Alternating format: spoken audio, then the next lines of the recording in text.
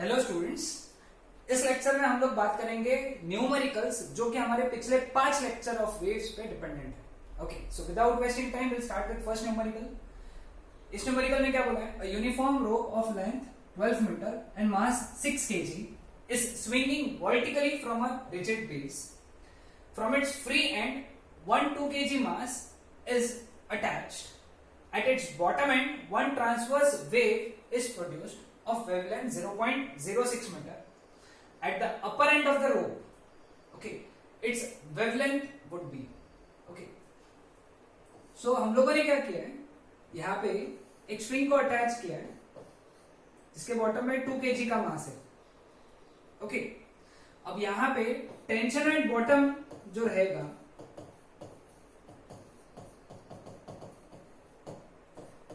वो कितना रहेगा? 2 इंटू 9.8 न्यूटन, क्योंकि 2 kg का मास लगा है। ओके, अब हम लोग निकालेंगे tension at upper and. Upper and पे टेंशन कितना रहेगा?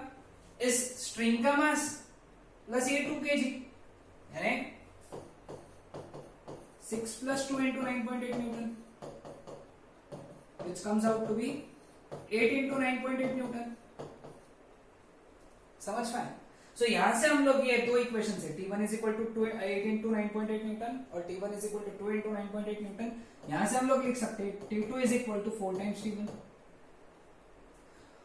समझ में आ गया? अब टेंशन का रेशियो आ गया, तो यहां से हम लोग वेलोसिटी का रेशियो निकाल सकते हैं। Velocity is directly proportional to root T, so v2 by v1 is equal to under root of t2 by t1। t2 की जगह डाला 4t1 अपॉन t1, क्योंकि t2 की वैल्यू 4t1 है। t1 कैंसिल, तो v2 by v1 is equal to root 4 यानी, ठीक है, ये आ गया v2 by v1। अब बात करेंगे वेवलेंथ की। We know that v is equal to n lambda. Velocity is equal to frequency multiplied by wavelength. Okay, since frequency remains constant, so we can say that velocity is directly proportional to wavelength. मतलब v2 by v1 that is equal to lambda 2 by lambda 1. तो lambda 2 by lambda 1 कितना रहेगा? v2 by v1 यानी कितना है? 2। lambda 1 उधर चला गया, तो lambda 2 is equal to 2 times lambda 1, lambda 2 is equal to 2 times पहला वाला वेवलेंथ कितना है? नीचे एट द बॉटम 0.06 मीटर, तो lambda 2 becomes 0.12 meters. So this is our answer. So ये था हमारा फर्स्ट प्रॉब्लम। जब वो वेव ऊपर पहुंचेगी अपर एंड पे तो उसकी वेवलेंथ हो जाएगी 0.12 मीटर्स। समझ में आया problem? Numerical 2। A string of mass 2.5 kg is under tension of 200 Newton. Length दिया हुआ है 20 मीटर। और if a transverse jerk is stuck at one of its end of the string, how long does the disturbance take to reach the other end? है ना, ये string दिया है जिसको हम लोगों ने ऐसे सपोर्ट से अटैच करके रखा है। इसका लेंथ कितना दिया हुआ है? 20 मीटर। ठीक है, यहां से हम लोगों ने इसको जर्क दिया, तो इस पे वेव सेटअप होंगी इस तरीके से। उसको कितना समय लगेगा ऊपर जाने के लिए निकालना है। समय, how long does it take. अब टाइम निकालना है, तो टाइम का फॉर्मूला क्या है? Distance upon speed. अब ये वेव डिस्टेंस कितना ट्रेवल करेगी? 20 मीटर, तो time is equal to 20 by velocity. हमको सिर्फ वेलोसिटी निकालने का जरूरत है। वेलोसिटी निकाल लिया, आंसर आ जाएगा। Velocity of transverse wave under root of T by mass per unit length, formula है ट्रांसवर्स वेव का। टेंशन कितना है उसमें? 200। मास पर यूनिट लेंथ, मास कितना है? 2.5, लेंथ कितना है? 20, तो मास पर यूनिट लेंथ कितना हो गया? 2.5 by 20। 20 ऊपर चला गया, तो v is equal to 200 into 20 upon 2.5। 2.5 8 जा हो गया 20। सॉल्व किया तो velocity is equal to under root of 1600, तो velocity becomes 40 metre per second. आ गया वेलोसिटी। यहां सब्स्टिट्यूट करेंगे हम लोग, ये वाला फॉर्मूला वैल्यू सब्स्टिट्यूट करेंगे यहाँ पे, तो टाइम का वैल्यू कितना रहेगा? फिर डिस्टेंस कितना है? 20 और वेलोसिटी कितना है? 40, तो time is equal to 0.5 5 seconds. तो इसका आंसर आ गया 0.5 सेकेंड्स। समझ में आया second problem? Okay, so coming on to numerical 3। Okay, क्या बोला है यहाँ पे? Calculate the velocity of transverse waves in copper wire of 1 mm square, यानी एरिया दिया हुआ है 1 mm स्क्वायर। ठीक है, पहले डेटा लिख लेते हैं हम लोग। 1 mm स्क्वायर का एरिया यानी 10 to the power -6 metre square. Direct लिख रहा हूं, कन्वर्जन मालूम है तुम लोगों को। 1 mm square is equal to 10 to the power -6 metre square. Cross section under the tension produced by 1 kg weight. टेंशन कितना दिया हुआ है? 1 kg वेट। 1 kg वेट को न्यूटन में कन्वर्ट करना पड़ता है, तो मल्टीप्लाई बाय 9.8। 1 को 9.8 से मल्टीप्लाई किया तो it becomes 9.8। Relative density of copper is, relative density sigma, that is 8.93। अब सबसे पहले क्या करना, जब रिलेटिव डेंसिटी दी है तो उससे डेंसिटी निकालो।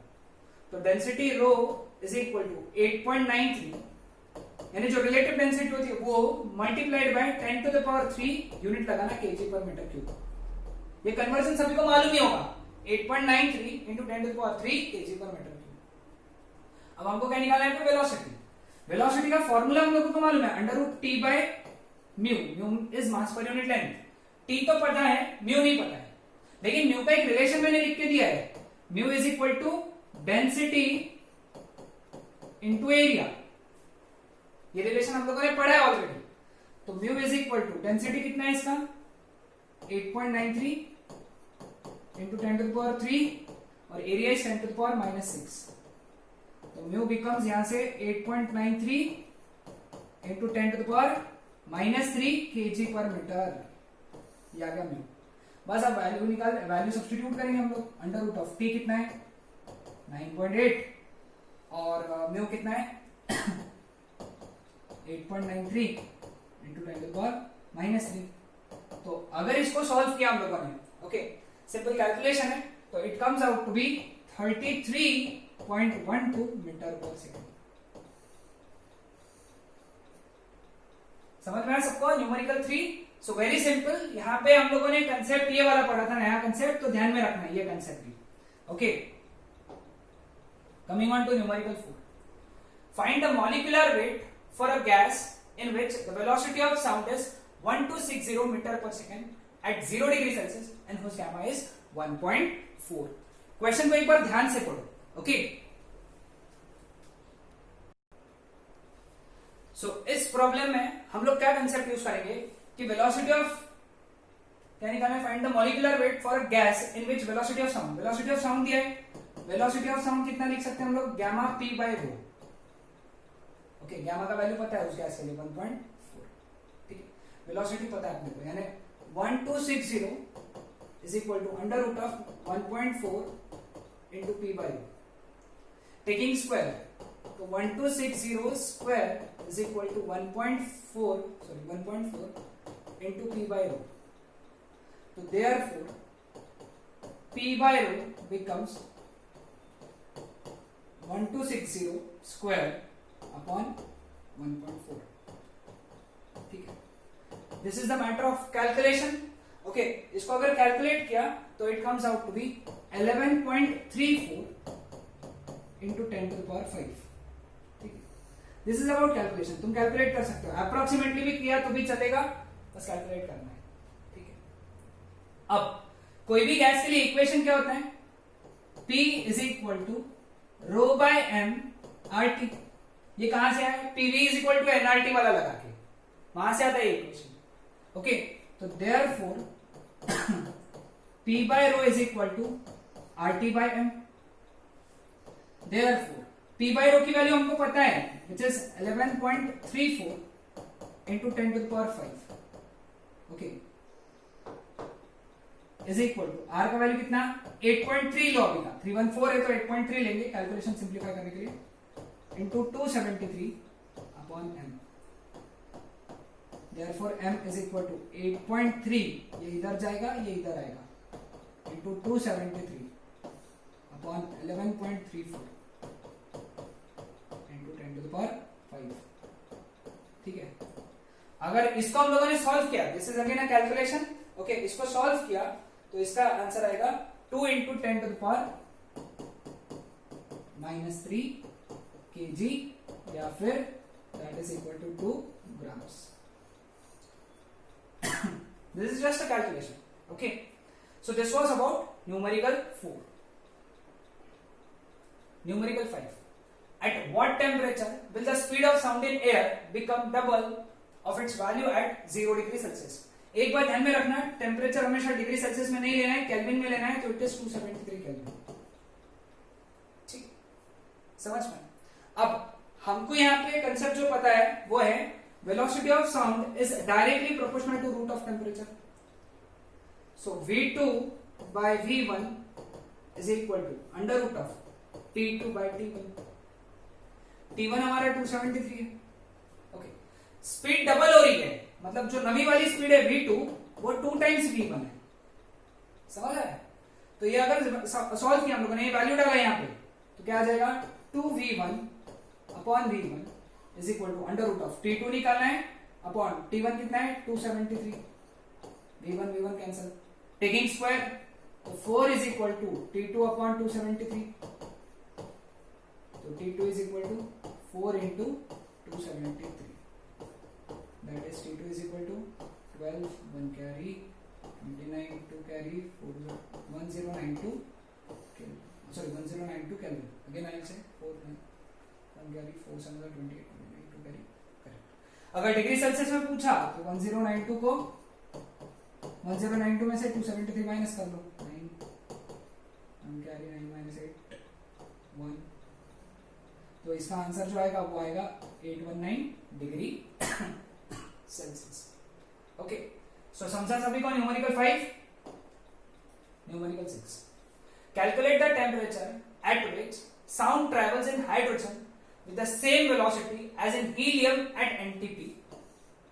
The density of helium is twice that of hydrogen. ठीक है, velocity of helium is given to be velocity of hydrogen and density of helium is given to be twice the density of hydrogen. ये दो given है. Okay, एक बार अच्छे से problem पढ़ो. NTP देखो, एनटीपी दिया हुआ है. ओके, एनटीपी दिया हुआ है. एक बार प्रॉब्लम को अच्छे से पढ़ो और ये डेटा लिखो, फिर हम लोग इसको सॉल्व करते हैं. ओके, सो इस क्वेश्चन में हम लोगों को हीलियम का टेम्परेचर दिया हुआ है. हीलियम का टेम्परेचर कितना है? एनटीपी मतलब 273 केल्विन, और हाइड्रोजन का टेम्परेचर निकालना है. ठीक है, अब वेलोसिटी इक्वल है. वेलोसिटी का फॉर्मूला क्या होता है? Under root of gamma RT by capital M यानी मोलर मास, मॉलिक्यूलर मास है.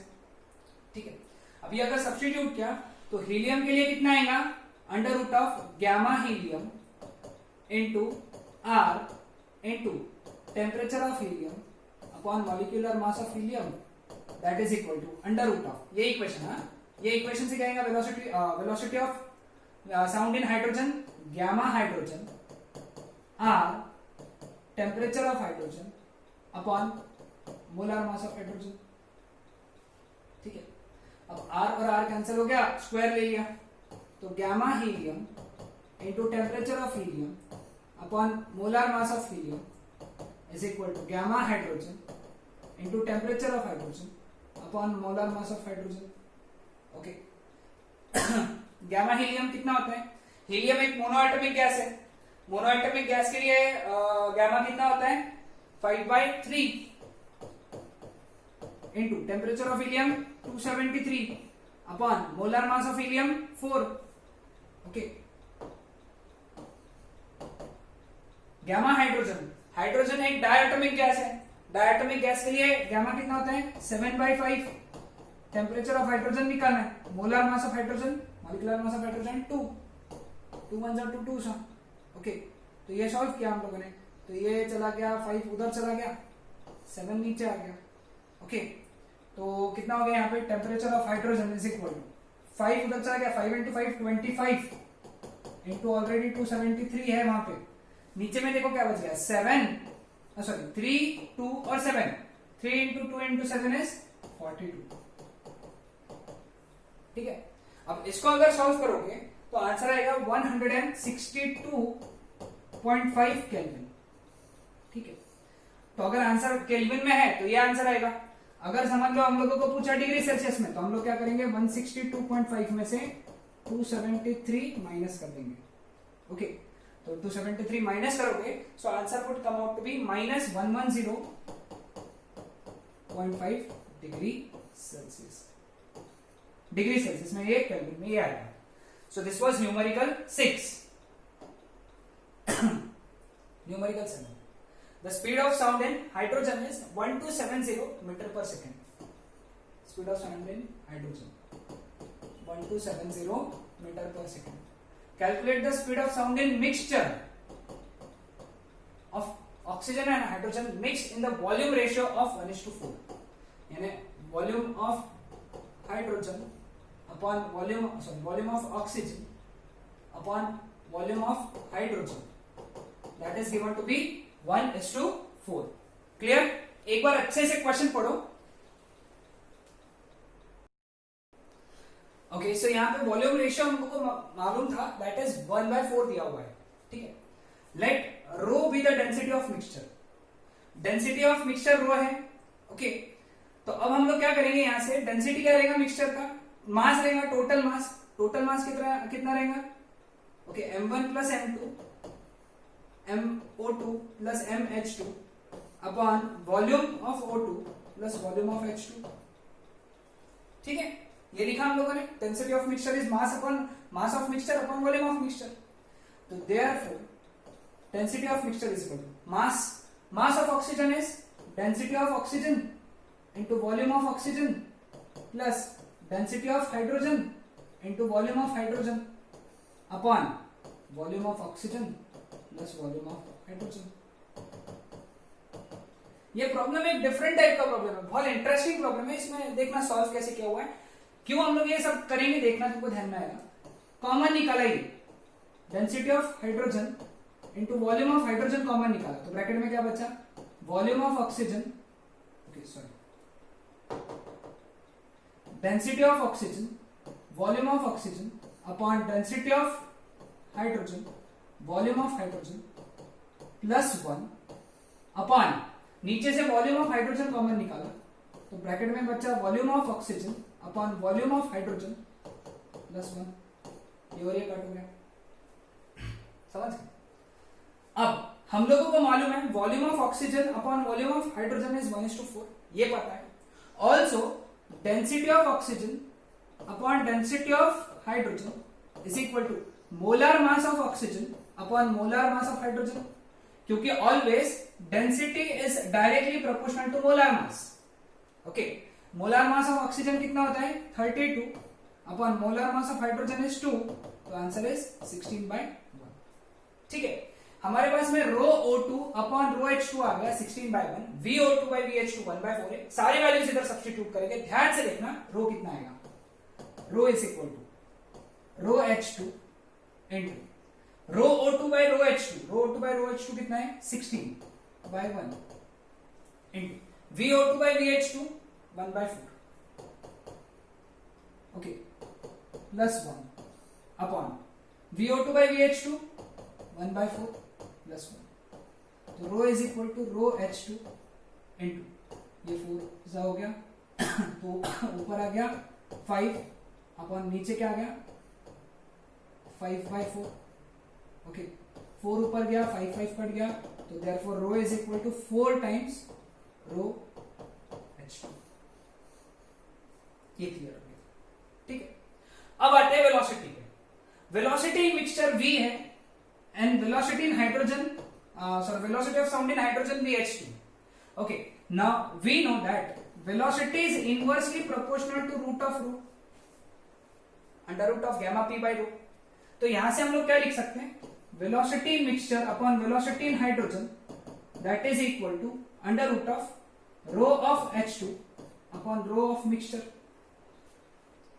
ठीक है, so velocity in mixture upon velocity in hydrogen. velocity in hydrogen कितना दिया हुआ है 1270 under root of rho H2 upon what is rho 4 times rho H2 cancel 1270 उधर चला गया, तो it is 1270 into root 4, that is 1270 upon 2. So velocity in mixture is equal to 635 metre per second. So this is our answer of numerical 7. ध्यान से देखना, यहाँ पे हम लोगों ने क्या किया, हम लोगों ने जो रो है उसको रो h2 के फॉर्मेट में लेकर आए. क्यों रो h2 के फॉर्मेट में लेकर आए? क्योंकि हमारे पास में वेलोसिटी ने h2 दिया था, इसलिए अपन ने रो को रो h2 के फॉर्मेट में लेकर आए. Clear with this? So this was numerical 7. Numerical 8. In the given arrangement, if hanging mass will be changed by 4%, then the percentage changes in the wave speed in the string will be. Okay, hanging mass change किया. ठीक है. अब एक बात ध्यान में रखो, यहाँ पे प्रॉब्लम जितना टिपिकल दिख रहा है उतना हार्ड नहीं है. ओके, क्या बोला है? Hanging mass will be change bye 4%, यानी डेल्टा m बाय m ये दिया है 4%. ठीक है. अपने को percentage change in wave speed निकालना है. नाउ वेव स्पीड क्या होता है? Under root of t by mu. अब टेंशन जो रहेगा इस स्ट्रिंग में जो टेंशन रहेगा,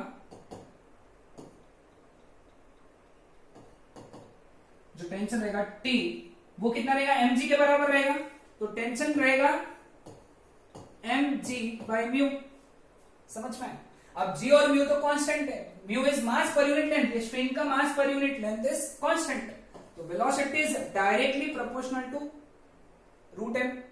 यानी यहां से हमको समझा कि delta v by v is equal to 1/2 delta m by m. क्योंकि मालूम है इट इज, हम इसको ऐसा भी लिख सकते हैं m टू द पावर 1/2. समझे? So delta v by v is equal to 1/2 into delta m by m. कितना हो गया? 4%. तो delta v by v is equal to 2%. तो percentage change in speed is 2%. Very simple, बहुत simple है ना? समझ में आया सबको? बहुत आसान क्वेश्चन था. Next question. A uniform rope of mass capital M hangs vertically from a rigid support. A block of mass small m is attached to the free end of the rope. A transverse pulse of wavelength lambda is produced at the lower end of the rope. The wavelength of the pulse when it reaches the top of the rope is. Okay, एक बार question बहुत अच्छे से पढ़ो, situation को imagine करो अपने आंखों में. ये क्वेश्चन हमारे पहले प्रॉब्लम के जैसा है. यहां पे क्या बोला है देखो, रोप जिसका मास है कैपिटल एम, रिजिड सपोर्ट से टंगा हुआ है और उसके नीचे मास लगा है स्मॉल एम. ठीक है. और नीचे वेवलेंथ लैम्बडा दिए हैं. जब ये वेव ऊपर पहुंचेगी तो उसका लैम्बडा कितना रहेगा ये निकालना है. लैम्बडा डैश लिखेंगे. ठीक है. Now we know that velocity is directly proportional to root t and velocity is directly proportional to wavelength. ये पता है हमको. Velocity of transverse wave is directly proportional to square root of tension and velocity is directly proportional to wavelength, क्योंकि frequency remains constant. पहला problem आज का. तो यहां से लिख सकते हैं lambda is directly proportional to square root of tension. Lambda at top upon lambda at bottom is equal to tension at top upon tension at bottom. Tension at top t dash, tension at bottom t. ठीक है. तो lambda dash upon lambda, what is tension at the top? यहां पे top पे tension कितना रहेगा? Mass plus ये वाला मास, रोप का मास प्लस नीचे जो मास लगाया हुआ है इंटू जी. समझ गए? Okay. Tension at the top कितना रहेगा? Capital M plus small m into g. Tension at bottom, bottom पे टेंशन कितना रहेगा? सिर्फ इसकी वजह से यानी small m into g. G और जी कैंसिल हो गया. तो lambda dash upon lambda is equal to क्या आएगा? M plus m upon small m to the power 1/2. Lambda इधर चला गया. तो lambda dash is equal to M plus small m upon small m to the power 1/2 into lambda. या फिर इसको अगर डिनोमिनेटर सेपरेट किया तो मिल जाएगा 1 plus small m by capital M to the power 1/2 into lambda. समझ में आया? This is numerical 9. Very simple. Okay. Last numerical 10th. A wire of 9.8 gram per meter, यानी उसका linear density, passes over a frictionless light pulley fixed on the top of a frictionless inclined plane, which makes an angle 30 degree with the horizontal. Masses small m and capital M are tied at the end of the wire such that m rests on the plane. and capital M hangs freely vertically downwards. The entire system is in equilibrium and a transverse wave propagates along the wire with velocity 100 meter per second. Calculate small m. ठीक है, पहले हम लोग situation draw कर लेते हैं. ठीक है, ये एक इंक्लाइंड प्लेन है 30 डिग्री का. ठीक है, इसके ऊपर है ना ऐसा एक ब्लॉक सिस्टम रखा है.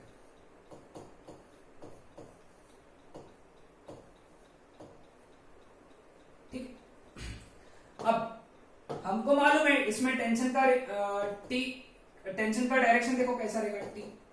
अब ये m है तो हम लोगों ने फ्रिक्शन में पढ़ा है, sorry Newton's laws of motion में पढ़ा है कि ये फोर्स रहता है mg sin थीटा. ठीक है, अब यहाँ पे t जो है ये कैपिटल mg के बराबर है, तो हम लोग क्या लिख सकते हैं देखो यहां से t is equal to capital mg, t is equal to mg sin theta also. ऊपर लग रहा है t, नीचे लग रहा है mg, तो t is equal to capital mg. इधर लग रहा है t और इधर लग रहा है mg sin थीटा, तो capital t is equal to mg sin theta. तो दोनों इक्वेशन से capital mg is equal to small mg sin theta कितना है 30 डिग्री. g और g कैंसिल, तो capital M is equal to small m into sin 30 is 1/2. Okay, तो what is therefore capital M is equal to small m/2. ये आ गया. Answer नहीं आया, ये अभी फिलहाल ही आ गया. अब वेलोसिटी कितना दिया हुआ है 100 मीटर पर सेकंड. ओके, अब वेलोसिटी का फॉर्मूला क्या होता है under root of T by mu. Under root of T by mu. Okay, now T का वैल्यू कितना है यहाँ पे हम लोग डाल सकते हैं, टी का वैल्यू mg डाल देंगे. ठीक है, तो वेलोसिटी कितना दिया हुआ है यहाँ पे 100, तो 100 is equal to under root of T का वैल्यू डालेंगे mg, तो m इंटू जी कितना है 9.8 अपॉन म्यू है 9.8 grams per metre. Okay, if I am not wrong it is given to be correct 9.8 grams per metre. So it can be written as 9.8 grams यानी 10 to the power -3 per metre. Okay, kg per metre में आएगा ये. Clear, समझ में आया?